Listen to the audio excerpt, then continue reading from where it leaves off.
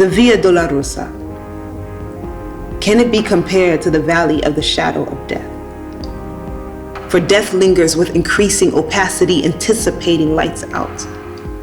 The heaviness of the cross on his back passed to another, but the heaviness on his shoulders, only he can carry. Only he can bear. At the place of a skull, the head will bow in submission. The body will forfeit its will. For Jesus is crucified. The cross he once carried now carries him.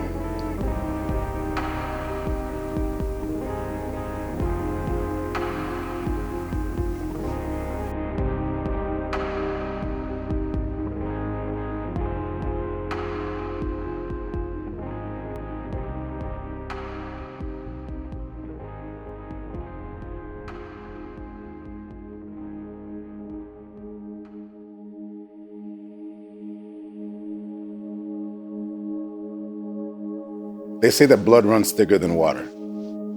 But do people really know what that actually means? For most people, they would assert that what it means is that family is more important than friends. That what binds us by blood supersedes what binds us by familiarity.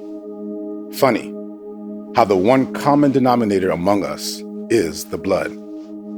Yet while our bodies are 60% water, they are nothing without blood. We are nothing without blood. So much so that it isn't the suspension of breathing that keeps us from living, but rather it is the stopping of the heart beating, the distributing of oxygen that our lungs breathe. We are nothing without blood. Isn't it true that doctors proclaim death not by how long we stop breathing, but by how long our heart stops beating? You see, we, family, are nothing without the blood. Our very living is in the blood. Leviticus 17:11 so articulates to us that the life of the flesh is in the blood. That is, that as long as our lungs keep breathing and the heart keeps beating and the blood keeps flowing, the body keeps living. But is that all we're living for? Are we even living? Are we even living if that's all we're doing? The great dilemma is when the body ceases to sustain itself on its own. When the brain stops telling the lungs to breathe and the heart to beat, and now machines are strapped to the flesh, keeping the body from decaying away. But is this really life? Is this life really life? Are we just actualized, organized chunks of flesh that simply exist? Or is there more to it than that? Is there more to the blood? Imagine finding yourself in the precarious predicament of sitting in the hospital room of someone you love who's on life support. When we all sit in that hospital room hoping that that person comes back to life again? Isn't it after some time that when our dollars are spent and our hope has waned that eventually we sign the papers to suspend life support? What we disaffectionately call pulling the plug? Don't people sign papers in advance that say if they go, then just let me go? Don't let my body continue if my soul isn't there. Don't let my heart keep beating or my lungs keep breathing if I'm not there. You may have heard of it. It's called do not resuscitate orders. So the question then that burns the consciousness of anyone with a conscience and a certain degree of introspection is this: is there more to the blood? Well, family, I came here tonight with confidence and with a resounding yes. Yes, there is more to the blood than the illuminating of your flesh. You see, in that same verse, in Leviticus 17:11, not only does it tell us that the life of the flesh is in the blood, but that God also says this about the blood. What he says is that he, quote, has given it to you upon the altar to make atonement for your souls. For it is the blood that makes atonement for the soul. You see, the blood, my brothers and sisters, isn't just for your body, but the blood was for your soul. There's more to the blood. There's more. There's more to the blood. Moses instructs us in Leviticus 17:11 that the blood makes atonement for the soul. The word atonement is kafar, which means to make satisfactory payment, or even better, to cover up.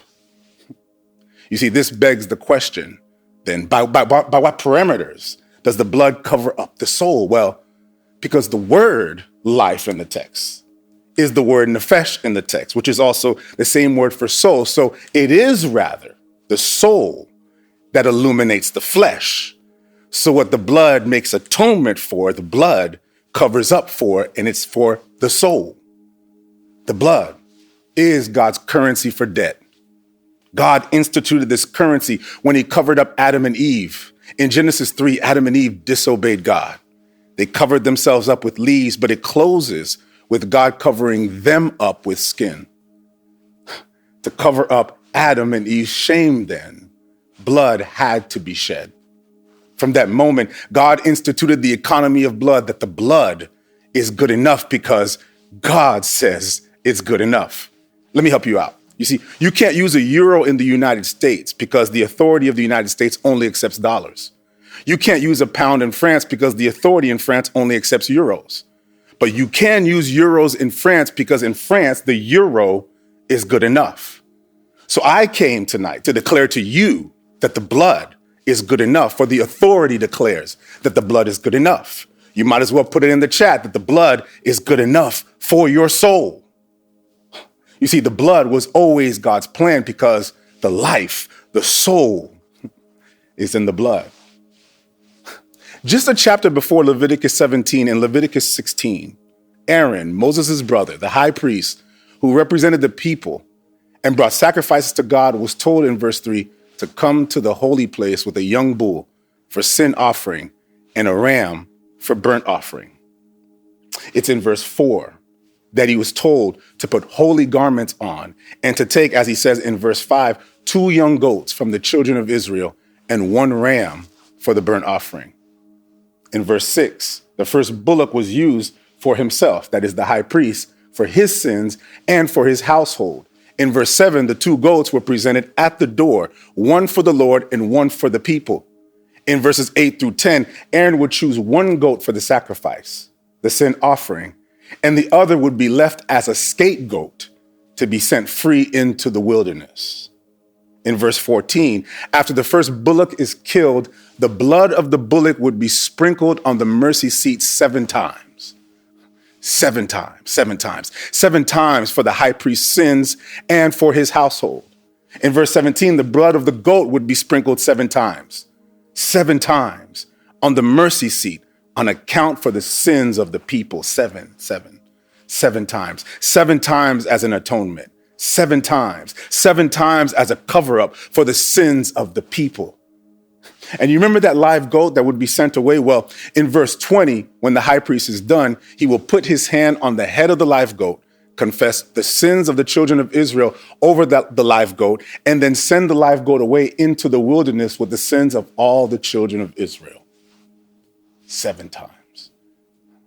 But for the goat that stayed, well, the blood of that goat would be shed. The blood of that goat would be sprinkled by the priest on the mercy seat 7 times. 7 times, 7 times. You see, that priest was then, but this priest is now, because we now have a new high priest, not Aaron, not one who's with fault with sins, but one who's without transgressions, one who is without sin. You see, he didn't need to sprinkle blood 7 times for his own sin because he knew no sin, but he still needed to sprinkle blood. You see, he needed to sprinkle blood 7 times for the sin and the transgression of the people. But this time, when he came with the sacrifice, he didn't come with 2 goats. He came with himself. He would be the priest that would administer the blood sacrifice, and he would contemporaneously be the sacrifice that he would administer. He would be the goat, and he would be the scapegoat. For every sin that the world committed, he would present himself before the seat of judgment, and he would bleed 7 times. 7 times. 7 times. 7 times to atone for the sins of the people. 7 times. You see, the shedding of blood was always a part of God's plan. Shedding blood was always his plan to cover up. It was his plan to cover up every sin you committed, every person you lied to, every person you cheated, every person you slept with, every person you abused, everything you've ever done. The blood was meant for that. He sprinkled his blood for you. Isaiah prophesied this in Isaiah 53 verse 4 when he declared, surely he has borne our griefs and he has carried our sorrow. Yet we esteemed him stricken, smitten by God, and afflicted. 7 times, 7 times. Our perfect priest, our perfect representative was also our perfect sacrifice. His life was a life of sacrifice, and he sprinkled his blood 7 times for our sins, 7 times for your sins, 7 times for my sins. He bled 7 times. The first time he bled was just a few days after his birth. This was planned from the beginning, when God in his covenant with Abraham decreed that his posterity would be circumcised in order to distinguish them from all other nations. So every Hebrew boy must be circumcised to be given a name. But he already had a name. So when he bled to carry the promise, and he bled to restore your name. The second time he bled was at the Garden of Gethsemane. You see, God always had a thing for gardens. In the beginning, God established his presence there and the authority that he delegated to mankind. But when man transgressed against God, mankind's place in the order of things was sullied. So much was lost at the garden. But what the devil took at the garden, Jesus went back to the garden to take it back. He prayed there, knowing that he would suffer the full wrath of God for every sin that was committed by every man and woman. It brought him agony, so much emotional distress that it manifested on his body physically. Luke 22:44 tells us that being in agony, he prayed more earnestly, then his sweat became like great drops of blood falling down to the ground. The third time he bled was at the courthouse, when he was slapped and punched. Matthew 26:67 tells us that they spat on his face and beat him, and others struck him with the palms of their hands. He bled there. Not externally, but internally. Because Isaiah 53 verse 5 tells us that he was wounded for our transgressions. He was bruised for our iniquities. A bruise is simply the body bleeding under the skin. A bruise is a bleeding that we can't see. And how many times have we bruised those with our words and our actions, and yet Jesus was bruised for you? The fourth time he bled was in Matthew 27:26, when the Roman governor Pilate, who saw that there was no fault in Jesus, asked the people to choose between Jesus and the zealot Barabbas. 2 goats standing before the people on account for sin, and the people chose Barabbas. So Pilate released that goat back into the wild and sent Jesus to be scourged using specific tools and trinkets to shred his back. 39 lashes, because 40 should have killed him. How many times have we chosen Barabbas over Jesus, and yet Jesus bled every instance and every moment that you rejected him? The fifth time he bled was just 2 verses later in Matthew 27:29. When a crown of thorns was driven into his skull, they mocked him for who he was and symbolically placed a crown of thorns over his head. The crown was a symbol of prestige that only kings and queens wore to express distinction, authority, and consequently the finality of every decision that is made.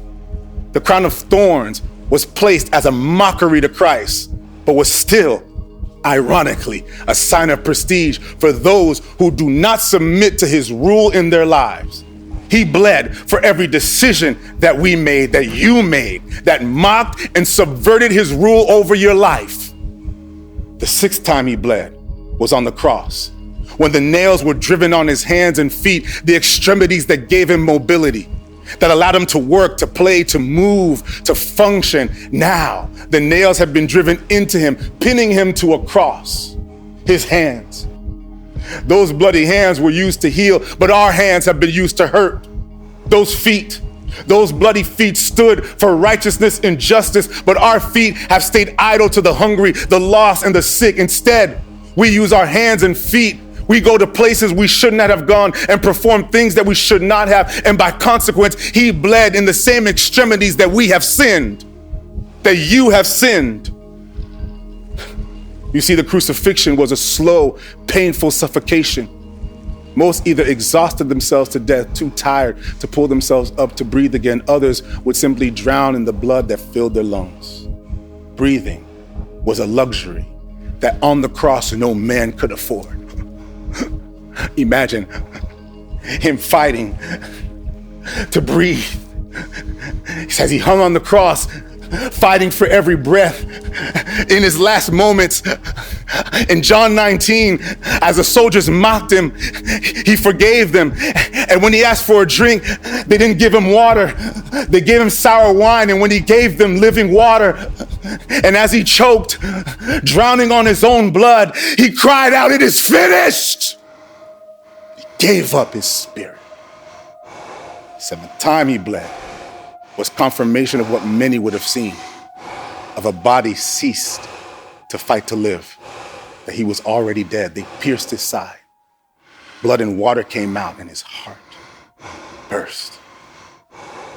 Now, if the life is in the blood, there was no more life in his body and no more blood to be shed for us.